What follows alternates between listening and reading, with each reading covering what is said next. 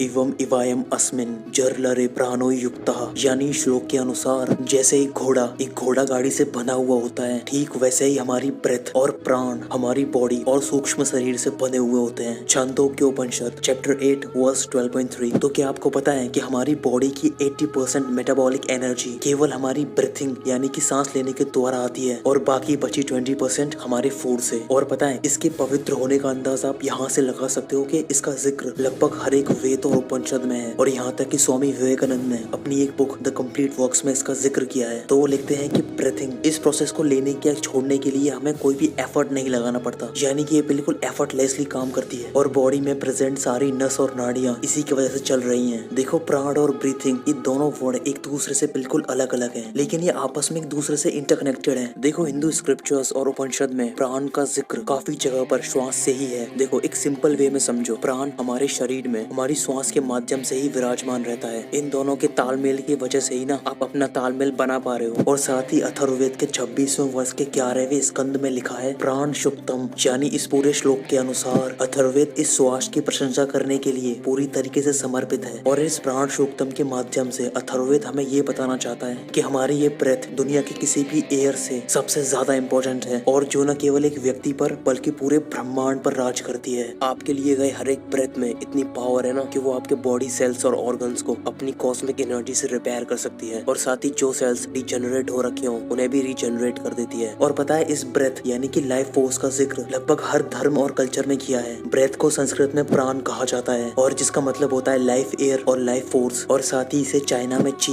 और जापान में की कहा जाता है और साथ ही पॉलिनेशिया में मना कहा जाता है। ये इतनी ज्यादा पावरफुल है ना, ये आपको एक ही पल में जिंदा से मुर्दा बना सकती है। फिर ना आप कहीं जमीन पर पड़े हुए बस सिर्फ धूल चाट रहे होंगे। आज आपकी जो भी फिजिकल या फिर मेंटल हेल्थ है वो सब इसी की वजह से है। इसको ही इम्प्रॉपर तरीके से लेने से ही आपको आज बीमारियां हो रही हैं। क्या आपने कभी किसी छोटे बच्चे को सांस लेते हुए देखा है? क्या आपने कभी उसके पैटर्न को ऑब्जर्व किया है? देखो जब आप छोटे थे ना तब आपकी ब्रीथिंग एकदम प्रॉपर थी, लेकिन जैसे ही आप बड़े होते गए आप चीजों को स्किप करने लगे। जैसे आप अपने दिन भर के खाने के दौरान अपने खाने को जल्दी जल्दी गटक जाते हो, वैसे ही आप बिल्कुल ब्रीथिंग के टाइम पर करते हो। या तो आप सांस को बहुत जल्दी लेते हो और या फिर आप उसे पूरी तरीके से लेते ही नहीं हो। और ये सब हो रहा है आज की स्ट्रेस से भरी सो कॉल्ड लाइफ के चलते, जिसकी वजह से आप सही से सांस लेना ही भूल चुके हो। पता है अगर आप अपनी सांस को दिन भर प्रॉपर तरीके से लो ना तो आपकी कंसंट्रेशन, आपका IQ लेवल ये सब ना बहुत जल्दी बढ़ेंगे। आपका इनर पीस, आपकी मेंटल क्लैरिटी, आपकी क्रिएटिविटी, फोकस, फ्लो स्टेट, इन सबको ना आप दूनी तेजी से रीच कर पाओगे। आज आप इस वीडियो के अंदर इसकी साइंस, इसकी एंशिएंट साइंस सब कुछ जान जाओगे। और आज मैं आपको 2 ऐसी टेक्निक बताऊंगा जो सच में बहुत ही ज्यादा खास है। तो स्टार्ट करते हैं बिना कोई टाइम वेस्ट किए हुए। So let's get started. प्राणायामेन युक्तेन सर्वरोगस्य भवेत्, अयुक्ताभ्यास योगेन सर्वे रोगस्य संभवः। यानी इस श्लोक के अनुसार by proper practice of pranayama all disease can be cured and by improper practice all disease are possible. मतलब ब्रेथ को सही वे में लेने से आपकी सारी डिसीजेस क्योर हो सकती हैं और फिर उसी ब्रेथ को किसी इम्प्रॉपर तरीके से लेने से सारी बीमारियां पॉसिबल है। Hatha Yoga Pradipika. So according to Hatha Yoga Pradipika, चले वाते चलम चित्तम निश्चले निश्चलम भवेतः। यानी इस श्लोक के अनुसार अगर आपकी ब्रेथ अनस्टेडी है तो फिर आपका चित्त यानी कि मन वो भी अनस्टेडी रहेगा, लेकिन जब आपकी ब्रेथ स्टेबल रहेगी तब आपका माइंड भी स्टेबल रहेगा। एंड अकॉर्डिंग टू आयुर्वेदा हमारी बॉडी की सभी इलनेस के रूट कॉज है टॉक्सिन्स। देखो आपके फिजिकल टॉक्सिन्स डाइट और हर्ब्स के थ्रू क्योर हो सकते हैं, लेकिन जो आपके मेंटल टॉक्सिन्स हैं वो ब्रेथ के थ्रू क्योर हो सकते हैं। और हमारे एंशिएंट इंडिया की योगीज और तपस्वीज ने ब्रेथ की साइंस पर ना मास्टरी कर रखी थी और उन्होंने ना लगभग 49 तरीके की ब्रेथ को डिस्कवर किया था। और वो हर तरीके की ब्रेथ माइंड की एक अलग स्टेट से जुड़ी हुई होती है। वेल इसकी एक 5th स्टेट है जिसे निर्विकल्प समाधि कहा जाता है। और ये ना वो अल्टीमेट स्टेट है जिसमें ना ही एक योगी सांस लेता है और ना ही उसकी पल्स चलती है। और ऐसे ही बहुत सारी खास ब्रीथिंग्स हैं जिन्हें हम अलग इवेंट्स पर डेली परफॉर्म करते हैं, बट फर्क सिर्फ इतना है कि हम उसे महसूस ही नहीं कर पाते कि आखिर चल क्या रहा है। जैसे हमारे सोने के दौरान, गुस्से के दौरान, हंसी के दौरान हमारी ब्रेथ की स्टेट ना लगातार चेंज होती रहती है। इसलिए इस ब्रेथ की आयुर्वेद और योग में बहुत ही ज्यादा इंपॉर्टेंस है। और क्या आपको पता है कि चाइना और जापान में इस ब्रेथ को कॉस्मिक और वाइटल एसेंस से जोड़ा गया है, जो कि आपके फिजिकल, स्पिरिचुअल और इमोशनल बीइंग के लिए मस्ट है। और वहाँ के कल्चर में तो ये भी कहा गया है कि अगर आपको स्पिरिचुअल डिसिप्लिन और मार्शल आर्ट में मास्टरी हासिल करनी है तो पहले आपको अपनी ब्रेथ पर मास्टरी हासिल करनी होगी। और हाँ एक और बात, आप लोग हमेशा ये पूछते हो ना कि हम लोग जिम जा सकते हैं क्या? देखो आप जा सकते हो, उसमें कोई प्रॉब्लम है नहीं, लेकिन आपने देखा होगा कि जिम करने के बाद आपकी बॉडी आउट ऑफ एनर्जी यानी कि ड्रेन हो जाती है। और वही ना आप उसकी जगह पर योग, आसन और प्राणायाम करके देखना, आपको पूरे दिन काम करने की एक फ्रेशनेस रहेगी और आपके दिन भर में एनर्जी लेवल्स एकदम बैलेंस रहेंगे। और अब चॉइस आपके हाथ में है कि आपको क्या करना है। वेल, ग्रीस में इसी ब्रेथ को न्यूमा कहा जाता है और फिर इसी ब्रेथ को वहाँ पे लाइफ, स्पिरिट और साइक की चीजों के साथ जोड़ा गया है। और वहाँ का भी बिल्कुल सेम मानना है कि अगर आपकी ब्रेथ में किसी भी तरह का डिस्टर्बेंस और इम्बैलेंस हुआ ना, तो इसका असर आपको फिजिकल, मेंटल और स्पिरिचुअल लेवल, तीनों लेवल्स पर दिखेगा। देखो, हमारे कल्चर में ना एक बहुत ही खास योग का जिक्र है जिसका नाम है स्वर योग। तो आओ इसे एक बार जल्दी से समझ लेते हैं। देखो, हमारी बॉडी में ना 3 तरह के स्वर होते हैं, जिसमें से पहला है इड़ा, जिसे लेफ्ट स्वर कहा जाता है, और सेकंड है पिंगला, जिसे राइट स्वर कहा जाता है, और थर्ड है सुषुम्ना यानी कि थर्ड स्वर। सबसे पहले बात करते हैं इड़ा नाड़ी की, जो कि कनेक्टेड है लेफ्ट नोस्ट्रल से। ये बॉडी में शक्ति प्रिंसिपल को दर्शाती है और फिर इसी चैनल से हमारी बॉडी में प्राण एनर्जी फ्लो करती है। ये हमारे mental activities, parasympathetic nervous system, relaxation, virtuous, इन सब से जुड़ी हुई होती है। अब नेक्स्ट है पिंगला यानी कि राइट स्वर, जो कि कनेक्टेड है आपके राइट नोस्ट्रल से। ये हमारी बॉडी में सन और कॉन्शियसनेस प्रिंसिपल को दर्शाती है और ये भी आपके physical activities, sympathetic nervous system यानी कि फ्लाइट और फाइट रेस्पॉन्स, इससे भी जुड़ी हुई होती है। ये रफ होती है और नॉन वर्चुअस होती है। ये इनऑस्पिशियस होती है क्योंकि इससे ना हमारे दिमाग में वॉर, एक्शन, सेंसुअल, सेक्सुअल, ये सारी चीजें चलती रहती हैं। अगर ये दोनों नाड़ीज आपके शरीर में इम्बैलेंस है तो फिर इसका असर ना आपकी कॉग्निटिव फंक्शंस पर भी होगा, आपकी decision making power, mathematical, logical reasoning, इन सब पर भी पड़ेगा। वेल, अब थर्ड स्वर है सुषुम्ना। ये ना शिव को दर्शाती है यानी कि प्योर कॉन्शियसनेस। और फिर ना इसी स्टेट को सोहम कहा जाता है। एक ऑर्डिनरी इंसान में केवल लेफ्ट और राइट स्वर ही एक्टिवेट हो पाते हैं और उन दोनों का फ्लो ना कभी साथ में मिलकर नहीं बहता, लेकिन इन दोनों का फ्लो जब भी साथ में आएगा तब सुषुम्ना नाड़ी भी एक्टिवेट हो जाएगी और ये होगा केवल प्राणायाम और मेडिटेशन से। और देखो, इन लेफ्ट और राइट स्वर से हमारी बहुत सारी बीमारियां भी लिंक है। जैसा कि मैंने आपको बताया कि जो लेफ्ट स्वर होता है वो मून को इंडिकेट करता है, मतलब ये नेचर में काफी कोल्ड होता है, और वहीं राइट स्वर सन को रिप्रेजेंट करता है। और जो नेचर में काफी हॉट होता है, तो समझ जाओ जब आपको कॉमन कोल्ड या फिर वाता डिसऑर्डर हो तब आपकी बॉडी में वो लेफ्ट स्वर डोमिनेटिंग हो रखा होगा। वहीं आपको फीवर और या फिर अदर गैस्ट्रिक इश्यूज यानी एसिडिटी, गैस, ये सब हो तब आपका राइट स्वर एक्टिवेट हो रखा होगा। जो भी फूड आप कंज्यूम करते हो उसके हिसाब से ना ये आपकी नाड़ीज रिएक्ट करती हैं। जैसे आपने अगर ठंडा खाया तो आपका लेफ्ट स्वर फिर से एक्टिव हो जाएगा, या फिर अगर मौसम गर्म है तो फिर से आपका राइट स्वर एक्टिव हो जाएगा। और देखो, मैं ये सब ऐसे ही नहीं बोल रहा, इसके ऊपर काफी सारी साइंटिफिक स्टडीज भी हुई हैं। देखो, इस रिसर्च में ना चंद्र नाड़ी प्राणायाम किया गया जिससे ना कार्डियोवास्कुलर हेल्थ और हाइपरटेंशन, इस पर ना बिल्कुल इमीडिएट पॉजिटिव इफेक्ट मिला। ऐसे ही बहुत सारी रिसर्च है जिनका लिंक नीचे डिस्क्रिप्शन में है, आप वहाँ से चेक कर सकते हो। मैं ना बस आपको 2 चीजें बताने वाला हूँ, बस आप उन्हीं को प्रैक्टिस करके ना सब कुछ ठीक कर सकते हो। देखो, बस आपको कुछ भी नहीं करना, आपको बस पूरे दिन अपनी ब्रेथ के ऊपर फोकस रखना है। जैसे आप बस में बैठे हो तो वहाँ पर आप कोशिश करो कि अपनी ब्रेथ को धीरे धीरे और हल्के हल्के इनहेल और एक्सहेल करो, और ना ये आप आंखें खोल के भी कर सकते हो। बस पूरे दिन में यही कोशिश करो कि ब्रेथ को जितना हो सके उतना स्टडी रखो। ज्यादा जोर लगाने की जरूरत नहीं है, जितना आराम से ले सकते हो उतना आराम से लो। आप जब भी क्लास में हो और आपका क्लास लेने का मन ना हो, स्लोली इनहेल और एक्सहेल करो। फिर ना ब्रेथ पर ध्यान लगाने की भी जरूरत नहीं है, वो भी अपने आप ही लग जाएगा। स्टार्टिंग के कुछ दिन आपको ध्यान नहीं रहेगा, आप भूलते जाओगे, लेकिन जैसे जैसे आप इसको प्रैक्टिस करोगे आपके ये बिल्कुल आदत में आ जाएगा और फिर ना आपकी कोई ऐसी दिक्कत नहीं रह जाएगी जो आपको बड़ी लगेगी। एक सिंपल और शॉर्ट भाषा में ना आप एक मास्टर, एक जीनियस बन जाओगे। आपको ना एक और चेंज लेके आना है। आपको ना ब्रीथिंग अपनी बेली यानी कि स्टमक से करनी है। जैसे अगर मैं नाक से इनहेल कर रहा हूँ तो मेरा स्टमक यानी कि पेट फूलना चाहिए, और अगर मैं एक्सहेल कर रहा हूँ तो मेरा स्टमक ना अंदर जाना चाहिए। और यही ना बिल्कुल सही वे है ब्रीथिंग का। इसके साथ में ना आपको सुबह और शाम एक चीज और ट्राई करनी है, और जिसका नाम है नाड़ी शोधन प्राणायाम, और जिसे अल्टरनेटिंग ब्रीथिंग भी कहते हैं। जैसा कि मैंने आपको पहले बताया, अगर आपका लेफ्ट और राइट स्वर डोमिनेंट हो रखे हो तो ये नाड़ी शोधन यानी कि अनुलोम विलोम ये ना इसको बैलेंस कर देगा बिल्कुल। और भाई, इसके इतने ज्यादा एडवांटेज है ना कि मैं आपको गिना ही नहीं सकता, और इसके लिए तो ये वीडियो भी छोटी ही है। देखो, इस नाड़ी शोधन से ना आपका प्रीफ्रंटल कॉर्टेक्स, इसको ना बहुत ही ज्यादा अमाउंट में एनर्जी मिलती है, और आपके ब्रेन में ना न्यूरोजेनेसिस की प्रोसेस तेज होने लगती है। साथ ही नए न्यूरॉन्स के कनेक्शन बनने लगते हैं, और फिर ना आपका ब्रेन छोटे मोटे प्रॉब्लम तो ऐसे ही सॉल्व करता है जैसे कि कोई हलवा हो। आप सब कुछ समझोगे, आप सब कुछ जानोगे, बस इस ब्रीथिंग पैटर्न को ना अपनी हैबिट बना लो। तो आप समझ पा रहे हो ना कि ये ब्रीथिंग यानी कि आपकी श्वास आपके लिए सही तरीके से लेना कितनी ज्यादा इंपॉर्टेंट है। पता है, मेरे बोलने का कोई फायदा नहीं अगर आपने इम्प्लीमेंट नहीं किया, अगर आप में कोई चेंज नहीं आया। अगर आप मेरी बात से सहमत हैं तो मुझे नीचे कमेंट करके जरूर बताना।